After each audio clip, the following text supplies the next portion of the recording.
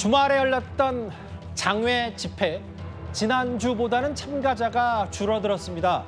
그런데 조금 전 경찰이요, 서울 도심 지난 주말 집회에서 경찰 폭행 등의 혐의로 민노총조합원 6명에 대해서 구속영장을 신청했습니다.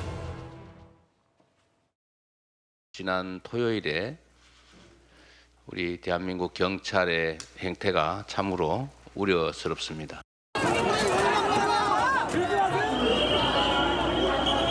저는 80년대 폭력을 유발하는 폭력경찰 그 모습이 떠올랐습니다. 사각탄 주머니를 옆에 찬 소위 백골단이 시위대를 무차별 폭행하고 연행하려고 대기하고, 시위대 속에 사복경찰, 프락치들이 침투해서 시위대를 가정해서 무차별 폭행하던 그 현장이 떠오릅니다.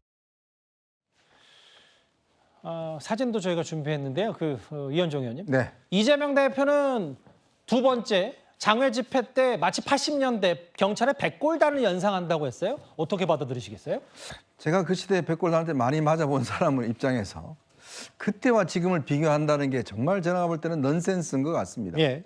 그때만 하더라도 정말 이 군사 정권의 어떤 탄압이나 이런 것 때문에 참 무차별적으로 학생 시위를 하면 저렇게 이제 뭐 몽둥이로 때리고 뭐 잡아가는 이런 일이 있었습니다만은, 그러나 지금은요. 지금 뭐 사실 민노총 연일 지금 나와서 합법적인 저 집회 다 하지 않습니까? 예. 경찰이 체류탄을 씁니까? 곤봉을 씁니까? 곤봉을 쓰지도 못해요. 경찰이 지금 시인이 진압을 할 수 있는 건 오로지 경찰의 몸밖에 없는 상황입니다. 자, 그러면 우리가 시위를 허가해 줄 때 질서 유지하는 분들도 이제 임명을 해야 돼요. 예. 그런데 이제 도로 전체를 점령하지는 못합니다. 왜냐, 차들이 다녀야 되니까요. 민노총도 마찬가지로 그런 조건에 하에서 집회를 허락받았을 겁니다. 근데 그날 당일 집회에서 민노총이 그걸 어기고 경찰에서는 바리케이트를 밀어내치고 전체 도로를 다 점령하겠다 그러는 바람에 그때 이제 경찰이 그걸 막는 상황에서 민노총이 폭력을 행사한 거 아니겠습니까? 예. 민노총은 전과가 꽤 있습니다. 이런 폭력 행사한 전과가. 근데 저는 좀 이런 것들 때문에 계속 법원에서 가처분을 받아들여서 이 시위를 허용한다는 것도 저는 이해하지 못하겠지만, 예. 자, 그랬으면 누가 잘못한 건가요? 그러면 이재명 대표가 만약에 대통령이고 정권을 잡았다 그러면 이런 폭력 행위에 대해서 그냥 눈 감아 둘 겁니까? 경찰을 질책할 겁니까? 왜 저분들 폭력 행위 하는데 막고 있지? 왜 막았냐라고 이야기할 겁니까? 자, 그러면 이런 상황은 어떻게 되죠, 경찰이? 그래서 원래 약속을 어기고 예. 집회를 전체 도로를 다 차지하고 경찰을 폭행했습니다. 자, 그걸 그냥 용인할까요? 용인해 둘까요? 그거에 대해서 그냥 잘했다고 이야기를 할까요? 그게 이재명 대표가 앞으로 정권을 잡았을 때 경찰을 그렇게 운영할 방침인가요? 저는 그걸 묻고 싶은 거예요. 예. 과연 경찰이 합법적인 집회를 지금 막았냐는 거죠. 불법적으로 넘어오는 거를 경찰이 막았는데 그걸 문제 삼고 지금 비판한다는 거는 저는 이해하기 어렵습니다. 40년 전에 뭐 폭행 경찰 백골단까지 소환했는데 이재명 대표가 현장 영상은 저희가 좀 뿌옇게 블러 처리했습니다. 특정되지 않기 위해서. 다만 이런 게 있어요. 최진봉 교수님. 앞서 경찰은 민노총 관계자 6명에 대해서 구속영장을 신청했고, 오늘 경찰청장 얘기는 뭐 경찰도 시민인데 100명 넘게 다쳤다고 얘기를 했습니다. 이건 뭐 조사를 해봐야 되겠죠. 모르겠어요. 이제 본인들 그렇게 얘기하니까 뭐 사실에 가깝다고 볼 수는 있겠지만 지금 노조하고 경찰하고 입장이 좀 다른 것 같습니다. 노조에는 정상적으로 집회를 했는데 경찰이 들어와서 집회가, 왜냐면 저게 이제 오후 2시인가 3시에 아마 집회가 이루어진 것 같고요. 민주당 집회는 6시 반에 있었어요. 그 장소로 이동하는 가면서 행진하면서 아마 충돌이 좀 이루어진 것 같은데, 예. 가는 길을 막았다, 못 가게 허리를 끊었다, 뭐 이런 얘기를 하더라고요. 그래서 어떤 말이 맞는지 저는 잘 모르겠습니다. 경찰 입장은 그게 아니라 도로를 전부 다 점거하려고 하니까 문제가 돼서 그렇게 했다고 주장을 하고 있고, 노조 측에서는 정상적으로 집회를 하고 있는데 본인들이 경찰이 이걸 막아서 문제가 됐다 이러면 충돌이 일어났다고 얘기를 하던데, 시시비비를 가려야 한다고 생각해요. 저는 뭐 예를 들어서 양측 다 경찰이든 아니면 그 시위대든 폭력을 행사하면 안 되는 거죠. 정상적인 방법으로 집회를 해야 되고요. 아마 이제 이재명 대표 얘기하는 것도 그런 부분에 대한 우려라고 생각을 해요. 왜냐면 이제 10여 명 정도가 뭐 처벌받기도 하고 잡혀가기도 하고 이랬다고 하던데, 그래서 이제 정상적인 집회였다고 하면 그게 큰 문제가 없을 거지만, 만약에 그 과정에서 어떤 문제가 있어서 그게 법적으로 문제가 되는 거라면 그건 법적으로 처벌해야 되겠죠. 그런 차원에서 봐야 될 거라고 보여지고, 지금은 현재는 입장이 전혀 다르기 때문에 이 부분에 대해서는 좀 더 심도 있게 살펴볼 필요가 있다고 생각합니다. 국민의힘 한 대표는 정치가 아니라 범죄 아닌가. 일단 경찰이 이 관계자 6명에 대해서 구속영장을 신청했기 때문에 글쎄요, 검찰과 법원의 판단도 한번 잘 지켜봐야 되겠죠. 사실 주말 장외 집회에서 이재명 대표 직접 참석한 뒤에 이런 얘기를 했습니다. 두 글자 차마 말을 하지 못한다면서 탄핵을 시사하는 듯한 발언을 했습니다. 그런데 민주당이요. 1심 선고, 이재명 대표의 1심 선고를 앞두고 이재명 대표와 트럼프 당선인을 비교하는 발언들을 쏟아내기 시작했습니다. We're going to fix our borders. We're going to fix everything about our country. We are going to start by all putting America first. We have to put our country first for at least a period of time. 미국 중심주의, 자국민 우선, 그리고 경제, 민생 우선, 이 정책이 결국 트럼프의 승리를 이끌지 않았느냐라는 생각이 듭니다. 세계 어느 곳으로 가나 사람들의 관심은 결국 먹고 사는 문제에 집중되어 있다는 생각이 듭니다. 미국만의 문제가 아니고 결국 우리 민주당이 계속 먹사니즘 얘기를 하는 대한민국 상황과도 맞닿아 있죠. 그래서 그런 면에서 크게 차이가 없다.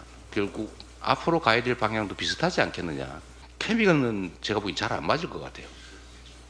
좀 다릅니다. 제가 보기에는 자칫 엄청난 국익의 손상을 가져올 수도 있겠다. 케미가 잘 맞는다고 생각하는 게 진심이라면 걱정되는 거죠. 예, 성치훈 부장님. 트럼프 당선인이 모르겠어요. 그러니까 먹산짐 비슷한 얘기를 한 적이 있나요? 뭐 지금 아무래도 트럼프 당선인의 그 승리 요인 중에 예. 지금 미국 경제가 안 좋은 상황, 예. 인플레가 매우 높아진 상황 이런 것들 때문에 아무래도 그 원래 그런 상황이면은 여당 후보가 불리하지 않습니까? 그런 차원에서 트럼프 후보가 먹고 살기 어려워지지 않았냐? 미국 우선주의로 가야 된다. 우리나라 국민들이 먼저 먹고 사는 걸 좋게 하겠다. 뭐 이런 차원에서 얘기한 것을 예. 이제 먹산인과 좀 연결한 것으로 보여지죠. 예, 근데 왜 웃으세요? 지금 뭔가 그런 거 없지 않냐라고 그러니까 의구심을 갖고 저는 이제 질문하신 것 같았어. 뭐 예. 그런 것보다 예. 그러니까 이제 직관적으로 먹사니즘이라는 게 물론 뭐 고물가 때문에 미국 물가도 바이든 행정부 집권 이후에 20%나 올랐다면서 물가. 고물가도 있는데 그렇죠. 예. 뭔가 먹사니즘이라는 게 예. 꿈보다 해몽이 좋고 이재명 대표가 본인 스스로 봐봐 트럼프 대통령, 트럼프 당선인도 저렇게 제도적으로 재선을 하는데 먹사니즘을 주창한 내가 먼저 주창했으니까 뭔가 전 세계적 흐름 아니냐.